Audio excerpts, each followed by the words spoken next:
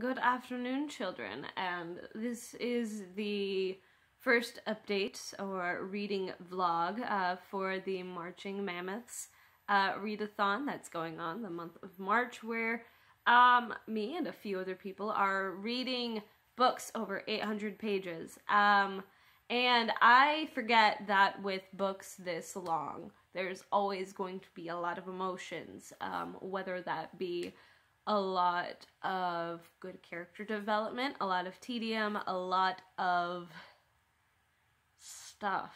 You can quote that beautiful observation, put it on a book, do whatever. I finished my first book for this. It took way too long, but I just want to let you guys know this is not a review. I can't fully review things until later, and at the moment I am way too emotional to do a full constructive review, so I'm just gonna give some first thoughts on Hana.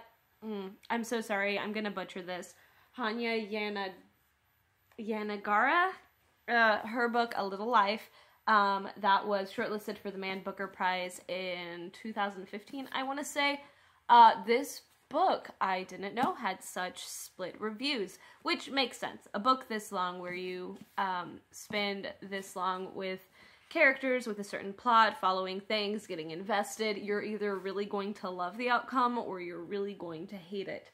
I still can't decide where I stand on this. I do have to say, I feel like the full emotional impact of the book was kind of ruined for me, because number one, I'm reading it 4 years too late, to where I have heard all of the hype surrounding the book and how freaking depressing it is. And it is that. It's so depressing. Like, I was even expecting it. I mean, okay, you can tell by the cover, that's a thing.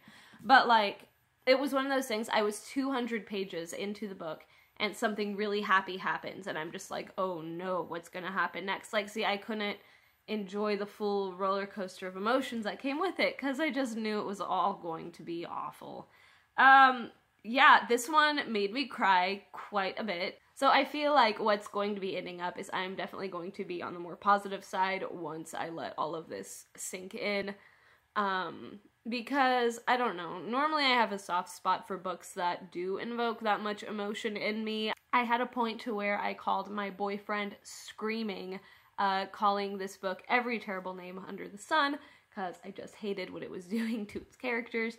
And, I mean, that's good writing, right? If it brings out that much emotion. I don't know. I need more time to think. So, yeah, the readathon's going well. I feel like I'm taking too long, because normally this far into the month I've read like 3 books by now. So it's kind of interesting, just kind of slowing down. Although I am reading a secondary book for my book club. That's something that's never gonna stop, because book club for life. And our book is definitely not over 800, though it is 600. So I don't really count it for the Marching Mammoths readathon, but it is definitely thrown in there. Tonight, I am going to use this vlog to start up on The Brothers Karamazov, which is the reason I joined this readathon in the first place, because I've been dying to read this. I vowed to myself to read it this year, and this is my excuse to do so. I'm going to be starting this tonight, maybe giving some first impressions.